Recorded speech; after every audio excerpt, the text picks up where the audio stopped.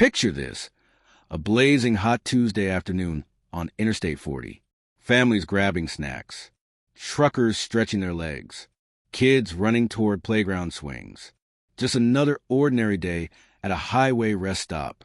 But then, a highly trained police dog does something shocking. He breaks his leash, ignores his handler's commands, and charges toward a stranger's van like his life depends on it. The crowd freezes. Phones come out. Everyone's thinking the same thing. Has that dog gone crazy? But Duke hadn't gone crazy. He'd gone into hero mode. What this Belgian Malinois sends through metal doors and tinted windows to expose one of the darkest crimes imaginable, save 8 children from a fate worse than death, and prove that sometimes animals know things we can't see, hear things we can't detect, and sense evil that hides behind ordinary faces. Officer Sarah Mitchell had trusted Duke with her life for 4 years. But on this day, she'd have to trust him with something even more precious: the lives of children she didn't even know were in danger. What unfolded in the next 30 minutes would make national headlines, earn Duke the state's highest honor, and change how law enforcement trains K-9 units across America. Before we dive in, smash that like button and subscribe, because this story needs to be heard. Drop your location in the comments. I want to know where Duke's story reaches today. Trust me, you'll want to stay until the very end, because the moment Duke jumped from that cruiser was just the beginning of something extraordinary. Highway patrol dog jumped out of cruiser at rest stop. What this hero dog since prevented an unthinkable crime introduction, when instinct screams louder than training. Picture this, a blazing hot Tuesday afternoon on Interstate 40.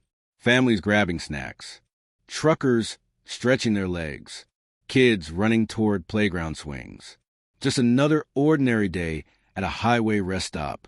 But then, a highly trained police dog does something shocking. He breaks his leash, ignores his handler's commands, and charges toward a stranger's van like his life depends on it. The crowd freezes. Phones come out. Everyone's thinking the same thing. Has that dog gone crazy? But Duke hadn't gone crazy. He'd gone into hero mode. What this Belgian Malinois sends through metal doors and tinted windows would expose one of the darkest crimes imaginable, save 8 children from a fate worse than death, and prove that sometimes animals know things we can't see, hear things we can't detect, and sense evil that hides behind ordinary faces. Officer Sarah Mitchell had trusted Duke with her life for 4 years. But on this day, she had to trust him with something even more precious: the lives of children she didn't even know were in danger. What unfolded in the next 30 minutes would make national headlines, earn Duke the state's highest honor, and change how law enforcement trains K-9 units across America. Before we dive in, smash that like button and subscribe, because this story needs to be heard. Drop your location in the comments. I want to know where Duke's story reaches today. Trust me, you'll want to stay until the very end, because the moment Duke jumped from that cruiser was just the beginning of something extraordinary. Chapter 1. The routine stop 1,000 words. At first, it seemed like just another ordinary Tuesday afternoon on Interstate 40. The summer sun blazed overhead, heat waves shimmering off the black asphalt as trucks and cars streamed past in endless ribbons of metal and exhaust. For Highway Patrol Officer Sarah Mitchell, it was mile marker 187, the Pinewood Rest Stop, a place she'd pulled into hundreds of times before. Nothing ever happened here. Just weary travelers, crying babies, and the constant hum of idling engines. But today, everything was about to change. Stay until the end, because what happens next will leave you absolutely speechless. Before we start, make sure to hit like, share, and subscribe. And I'm really curious, where are you watching from? Drop your state or country in the comments below. I love seeing how far these incredible stories of courage travel. Officer Sarah Mitchell adjusted her aviator sunglasses as she guided her patrol cruiser into the rest stop parking lot. The black and white Ford Explorer rolled smoothly over the speed bumps, its engine purring with authority. In the back compartment, separated by reinforced mesh, sat her partner of 4 years, a Belgian Malinois named Duke. His sleek tan and black coat gleamed in the afternoon light, his pointed ears constantly moving, tracking every sound within range. Duke wasn't just any K-9 officer. He was one of the top-performing patrol dogs in the entire state highway system. With a nose that could detect narcotics from 50 feet away and instincts honed through thousands of hours of training, Duke had been responsible for over 40 successful drug busts and had located 3 missing children in his career. But what made Duke truly special wasn't just his training. It was something deeper, something his handlers called the sixth sense, an ability to read situations that even experienced officers missed. Sarah pulled into a shaded spot beneath a sprawling oak tree, the only relief from the brutal 95-degree heat. She killed the engine and sat for a moment, letting the AC's final blast wash over her face. Through the windshield, she surveyed the scene. A typical Tuesday crowd. A family with young kids running toward the playground, their mother calling after them to slow down. An elderly couple walking their small terrier near the grassy area, moving slowly, enjoying retirement. A businessman in a rumpled suit talking urgently on his phone, pacing back and forth. A dusty pickup truck with Oklahoma plates. A minivan with stick-figure family stickers. A silver sedan that had seen better days. Nothing unusual. Nothing alarming. "All right, Duke," Sarah said, opening her door. "Quick break. Then we're back on patrol. We got that DUI checkpoint set up at mile marker 203 in an hour." She walked to the back of the cruiser and opened Duke's compartment. The Malinois jumped down gracefully, his muscular body coiled with energy despite the heat. Sarah attached his lead, and they walked toward the pet relief area, a fenced section of grass near the tree line. Duke's routine was always the same. A quick walk, some water, maybe a treat if he'd been particularly good. Today started no differently. Sarah checked her phone, scrolling through dispatch updates. A minor accident at mile marker 195, already cleared. Reports of a speeding motorcycle. Heading eastbound. Standard stuff. But Duke had stopped walking. His entire body had gone rigid, muscles tense beneath his coat. His ears were forward, locked onto something Sarah couldn't see. His nose lifted, nostrils flaring as he drew in deep breaths of air, processing scents that humans would never detect. "Duke!" Sarah's voice carried a note of concern. She'd learned to trust these moments. When Duke froze like this, something was wrong.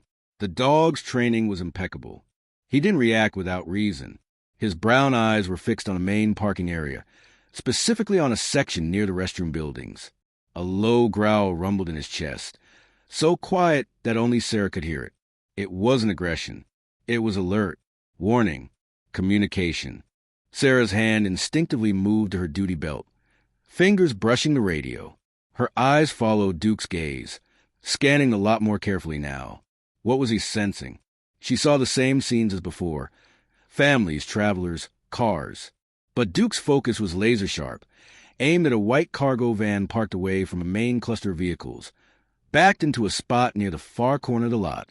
The van looked old, maybe mid-2000s, with rust spots along the wheel wells and a dented rear bumper. The windows were tinted dark, darker than legal limit. Sarah noted automatically. No company logos. No decoration. Just plain white metal and those black windows that revealed nothing. Duke's growl intensified. His haunches lowered slightly, his body language shifting from alert to action-ready. Sarah felt her pulse quicken. In 4 years of partnership, she'd learned to read Duke's signals like a book. This wasn't a drug alert. This wasn't even his usual response to detecting weapons. This was something else entirely. Something that made the hair on the back of her own neck stand up. "Easy, boy," she murmured, her training kicking in. "Stay calm. Assess the situation. Don't create panic." But her free hand was already unsnapping her holster, fingers resting on her service weapon. The van's engine was running. She could see the faint shimmer of exhaust in the heat. Why would someone leave their engine running on a day this hot, while parked at a rest stop? The AC? Maybe, but something fell off. Duke suddenly lunged forward, the lead going taut in Sarah's hand. She'd never felt him pull like this, with such desperate urgency. "Duke, heel!" she commanded, but the dog ignored her completely. His training, his discipline, everything that made him an exemplary K-9 officer, seemed to evaporate in an instant. He pulled harder, his claws scraping against the pavement. Every fiber of his being focused on reaching that van. Sarah's heart hammered in her chest. This wasn't normal. This was something she'd never experienced before. Duke was trying to tell her something. Something urgent. Something that couldn't wait. And then she heard it.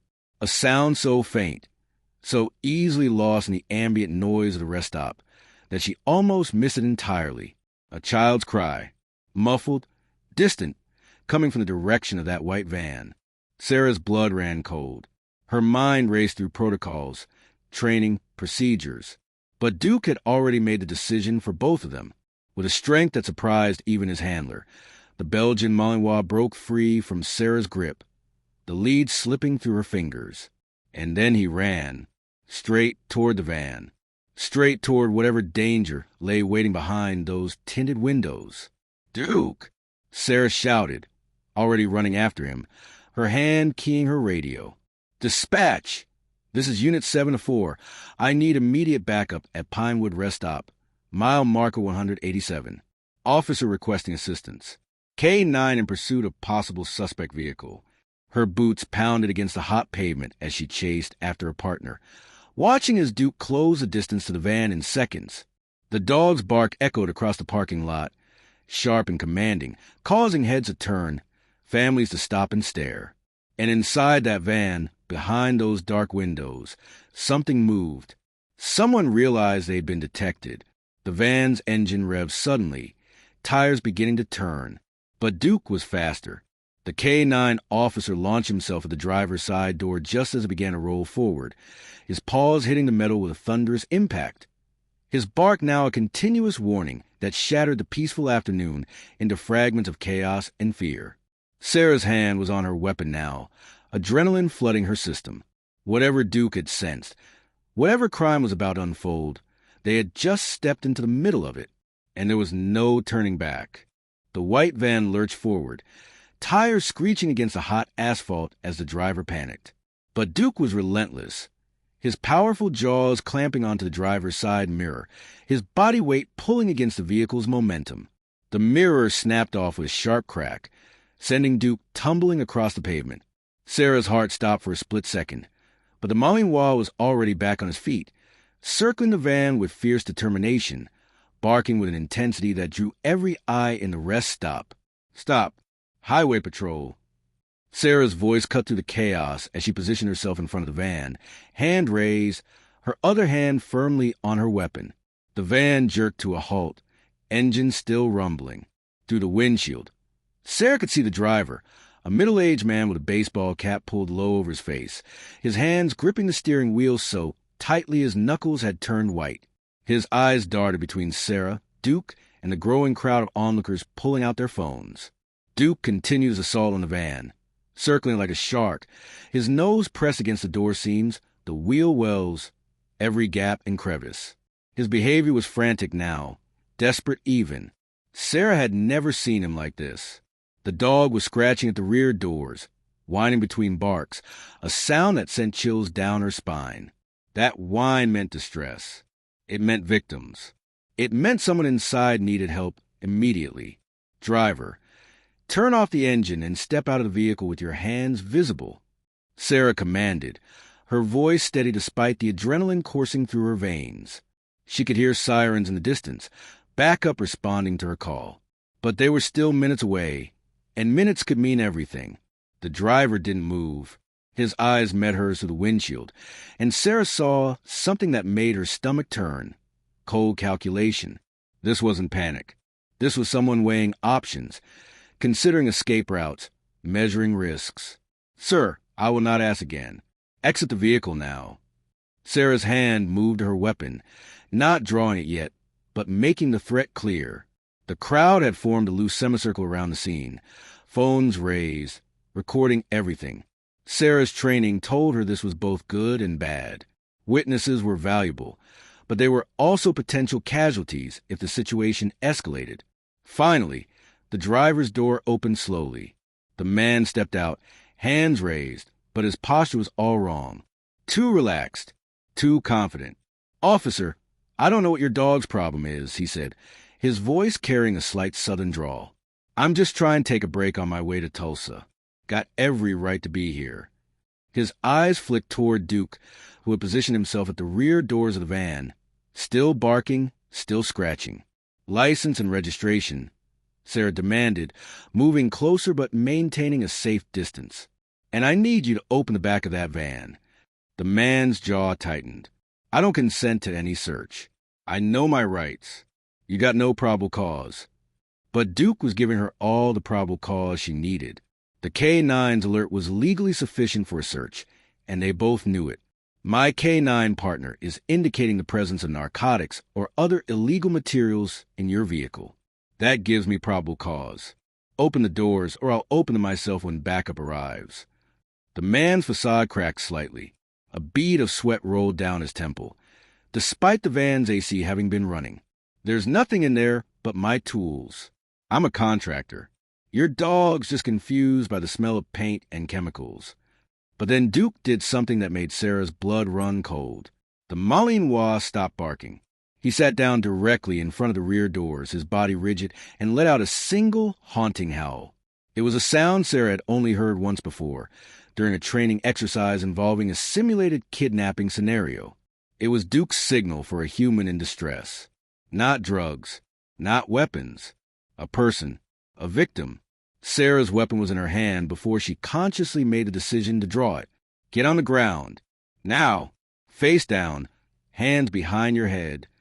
The driver's eyes widened. For a moment, Sarah thought he might run. She could see him calculating, measuring the distance of the tree line to the highway. But the sound of approaching sirens grew louder and his shoulders sagged in defeat. He dropped to his knees and prone, as Sarah had instructed. Within seconds, Sarah had him in cuffs. Her knee pressed firmly against his back as she secured his wrists. You have the right to remain silent, she began, her voice mechanical as she recited the Miranda rights. But her eyes were on Duke, on the van, on those rear doors that held whatever terrible secret had triggered her partner's desperate response. 2 more patrol cars screamed into the parking lot, lights flashing. Officers jumped out, weapons drawn, quickly securing the scene. Officer Tom Bradley, a 15-year veteran, approached Sarah as she hauled the suspect to his feet and handed him off to another officer. "What be we got, Mitchell?" he asked, his eyes scanning the van. Duke alerted. "Human distress signal. There's someone in that van, Tom." Sarah's voice was tight. "We need to open it now." Tom nodded grimly and approached the rear doors. Duke had moved aside but remained focused, his body trembling with barely contained energy. Sarah joined Tom, her heart pounding so hard she could feel it in her throat. Tom's hand gripped the door handle. On 3.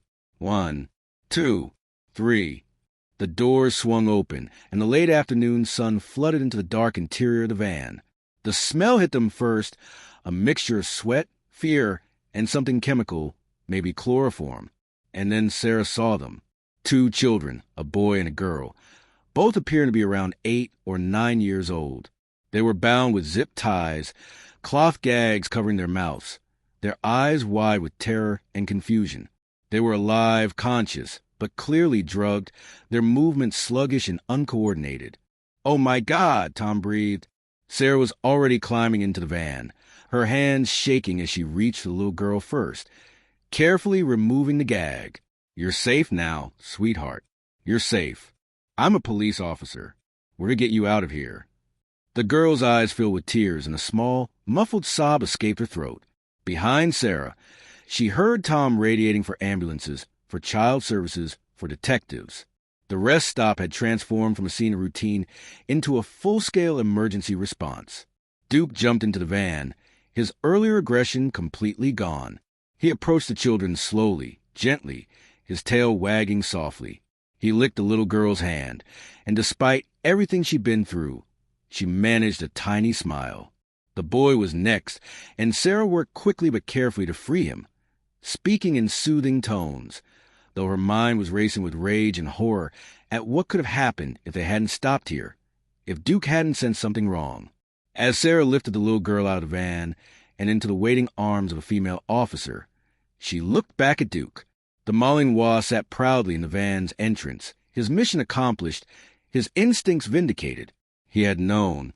Somehow, through metal and distance and every obstacle, he had known that these children needed help, and he had refused to let them disappear into whatever nightmare awaited them down that highway.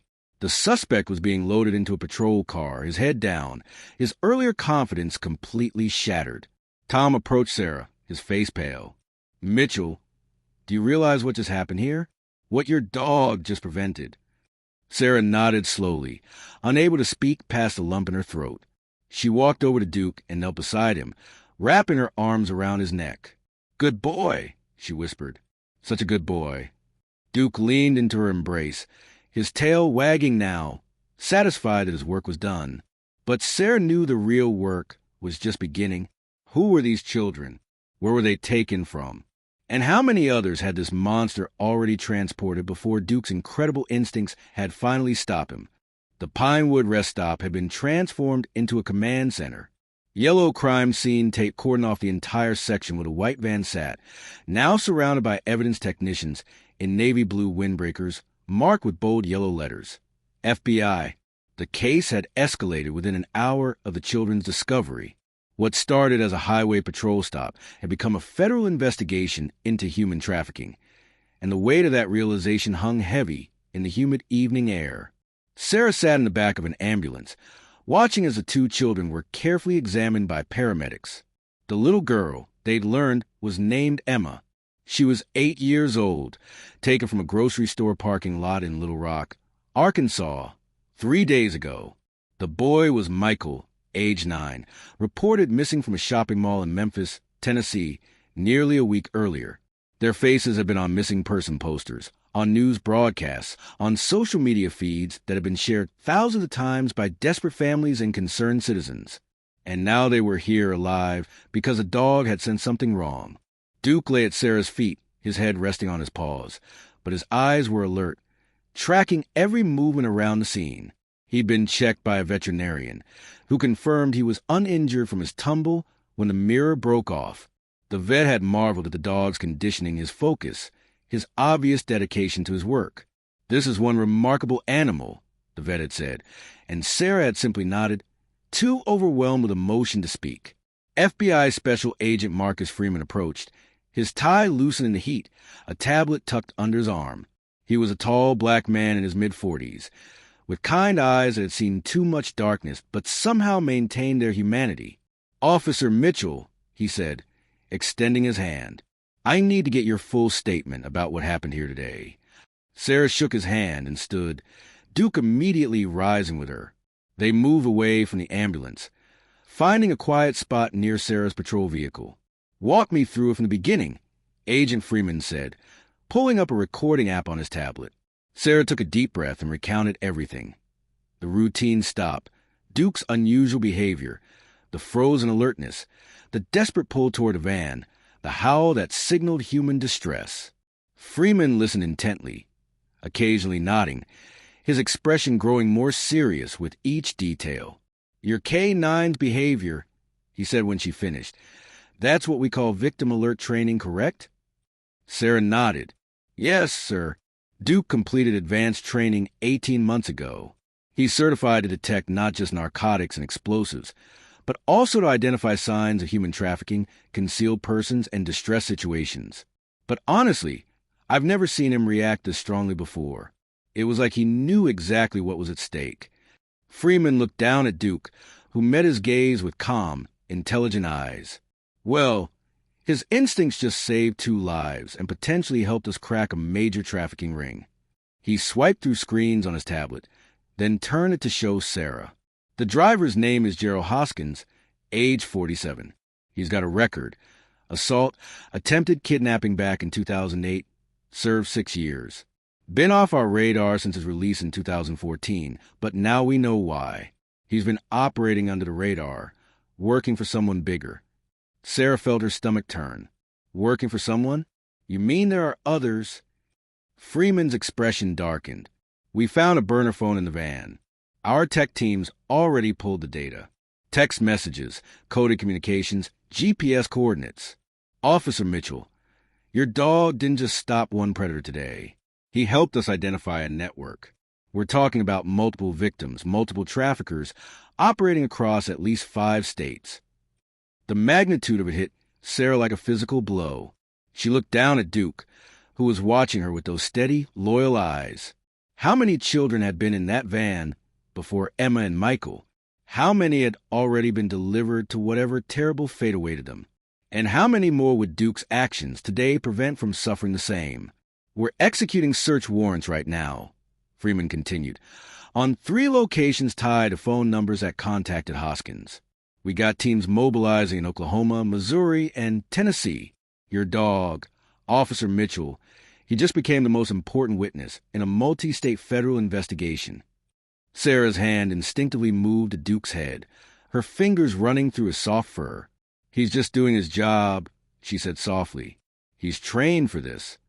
Maybe, Freeman replied, but training can only take you so far. What happened today? That was something more. That was instinct, intuition, whatever you want to call it. That dog sensed something that should have been impossible to detect. He paused, looking back toward the van where evidence technicians were carefully photographing every inch. We found traces of sedatives in the van, the kind used to keep victims compliant but conscious. We found zip ties, duct tape, and most disturbing, a modified compartment under the floor panels. Hidden from view, soundproofed, if those kids had been moved to that compartment. He didn't finish the sentence. He didn't need to. Sarah felt tears prick her eyes but blinked them away. Highway patrol officers didn't cry at crime scenes, no matter how much they wanted to. What happens now? She asked. Freeman closed his tablet. Now we build the case. Hoskins is already talking, trying to cut a deal. He's giving us names, locations, the whole operation. And you and Duke, you're going to be key witnesses when this goes to trial. The defense will try to discredit the K-9 alert, claim it was a false positive, that you had no probable cause. But with 2 victims recovered, alive and able to testify, and all the physical evidence we're gathering, this case is solid. Behind them, Emma's parent arrived, escorted by local police. Sarah watched as the mother collapsed to her knees beside the ambulance, her sobs audible even from a distance as she held her daughter. The father stood frozen, tears streaming down his face. One hand covered his mouth as if trying to contain the emotion threatening to overwhelm him. Michael's family was still en route from Memphis, but the reunions would all be the same. Joy, relief, trauma, and the long road of healing ahead. Agent Freeman followed Sarah's gaze. You gave them their children back, he said quietly. You and that incredible dog. Don't ever underestimate the value of that. Sarah nodded, unable to trust her voice. Duke pressed against her leg, offering comfort the way he always did when he sensed her distress. They stood together in the fading light, watching as families were reunited, as evidence was collected, as justice began its slow but inevitable process. As the sun dipped below the horizon, painting the sky in shades of orange and purple, Sarah made a silent promise. She would testify. She would stand before judges and juries and tell them exactly what Duke had done, how his instincts had cut through every obstacle to find those children. And she would make sure that Gerald Hoskins and everyone involved in his network faced the full weight of the law. Because today, at a rest stop on Interstate 40, a dog had reminded everyone what it truly meant to protect and serve, not with weapons or authority, but with loyalty, instinct, and an unwavering commitment to saving the innocent. Duke looked up at her, his tail wagging slowly, and Sarah could swear he understood every thought in her head. Come on, partner, she whispered, leading him back toward their cruiser. Let's go home. But even as they walked away from the scene, Sarah knew that neither of them would ever truly leave this day behind. It would stay with them forever, a reminder of why they wore the badge, why they trained so hard, and why some bond between human and animal transcend explanation. Duke had heard a cry for help that no human could detect, and he had answered with everything he had. That was the definition of a hero. 3 months had passed since that fateful afternoon at Pinewood Rest Stop, but the story was far from over. In fact, it was just beginning to reveal its true impact. Sarah stood in the parking lot of the Oklahoma State Highway Patrol headquarters, adjusting Duke's newly polished service medal that hung from his tactical vest. Today was special. Today, Duke would receive the Medal of Valor, the highest honor a K-9 officer could achieve in the state. But more importantly, today was about something bigger than awards and ceremonies. Inside the headquarters auditorium, nearly 300 people had gathered. Fellow officers in dress uniforms stood at attention along the walls. News crews from every major network had set up cameras in the back. But the front rows held the people who mattered most. Emma and her parents, Michael and his family, and 3 other families that Sarah hadn't met until 2 weeks ago. 3 more children who had been recovered in the raids that followed Duke's initial alert. Children who had been found in a warehouse in Tulsa, in a house in Springfield, and in another van heading toward the Texas border. 8 children in total, all saved because one dog refused to ignore his instincts. Governor Patricia Lawson stood at the podium, her voice carrying across the room with authority and emotion. We gather here today to honor an officer whose actions embody the very best of law enforcement. But this officer doesn't carry a gun. He doesn't write reports or testify in court using words. What he does is far more profound. He listens to what others cannot hear, senses what others cannot detect, and acts without hesitation to protect the innocent. Sarah watched from the side of the stage, her hand resting lightly on Duke's head. The Malinois sat perfectly still, his eyes scanning the crowd with calm alertness. He didn't understand medals or speeches, but he understood the energy in the room, the gratitude that seemed to flow toward him in waves. The governor continued. K-9 Officer Duke's actions at mile marker 187 on Interstate 40 didn't just save 2 lives that day. His alert led to the dismantling of a trafficking network that had operated across 5 states for over 3 years.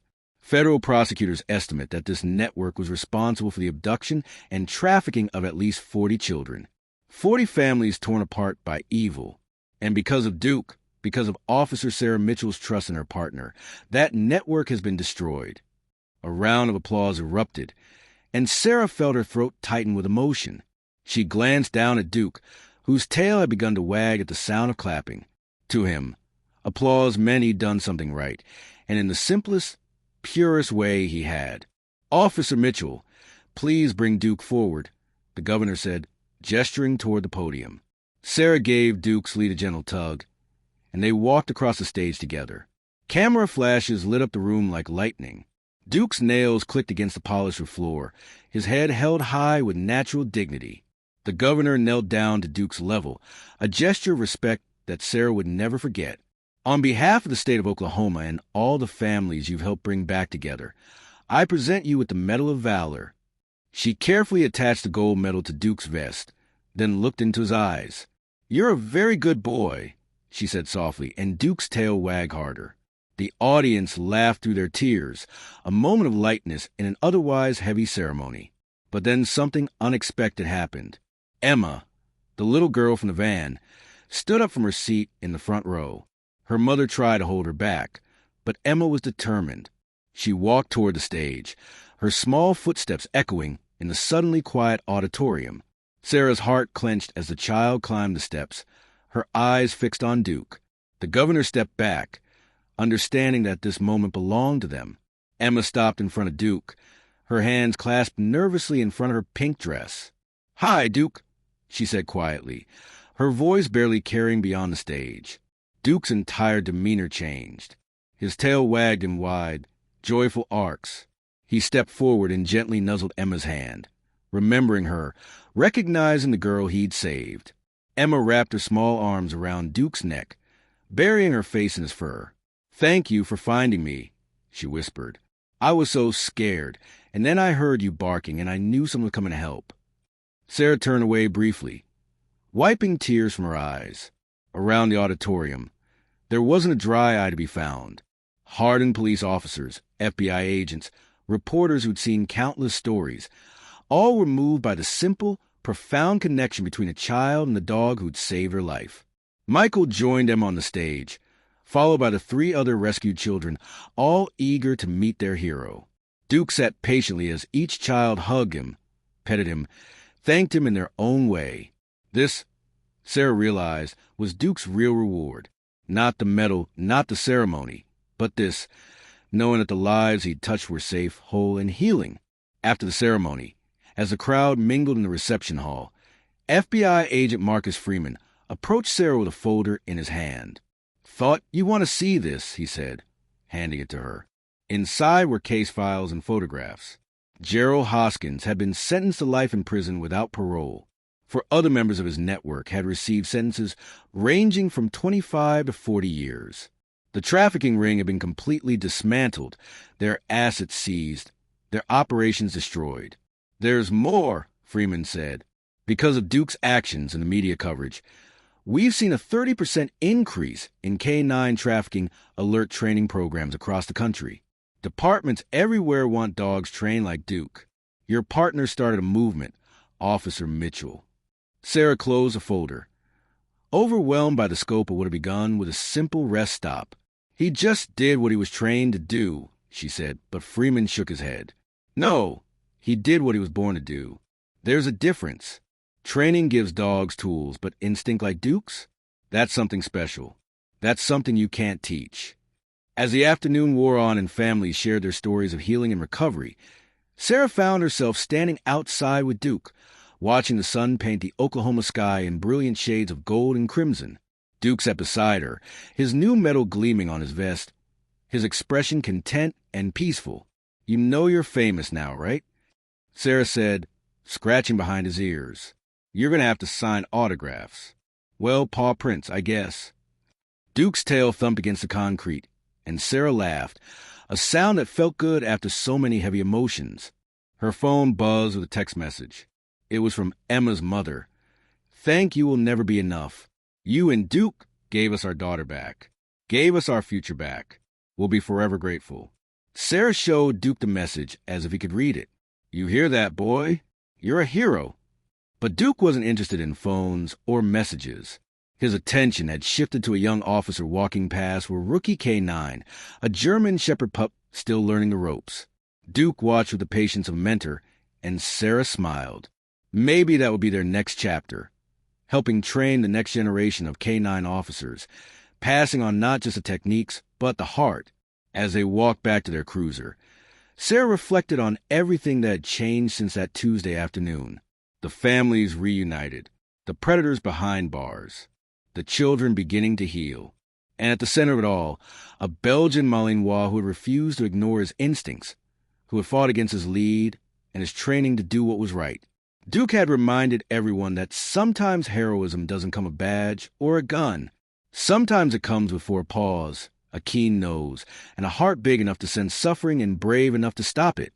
"Come on, partner," Sarah said, opening the cruiser door. "We've got a patrol to finish." Duke jumped into his compartment, settling in with the easy confidence of an officer who knew his worth. As they pulled out of the parking lot and headed toward the highway, Sarah felt a profound sense of purpose. Somewhere out there, someone might need help. Someone might be in danger. And when that moment came, she knew without a doubt that Duke would sense it, would alert her, would do whatever it took to save them. Because that's what heroes do. They listen when others don't. They act when others hesitate. And they never, ever give up on the innocent. The highway stretched ahead, endless and full of possibility. And somewhere in the distance, beyond the horizon, another family would sleep safely tonight because of what Duke had done. That was his legacy. That was his gift to the world. If this story moved you, please like, share, and subscribe. Share Duke's story with everyone you know, because every view helps spread awareness about the incredible bond between K-9 officers and their handlers, and the vital work they do every single day to keep us safe. Drop a comment below telling us what you thought of Duke's incredible instinct. These stories of courage, loyalty, and the unbreakable bond between humans and their 4-legged partners deserve to be told, remembered, and celebrated. Until next time, remember, heroes walk among us. Sometimes on 2 legs, sometimes on 4,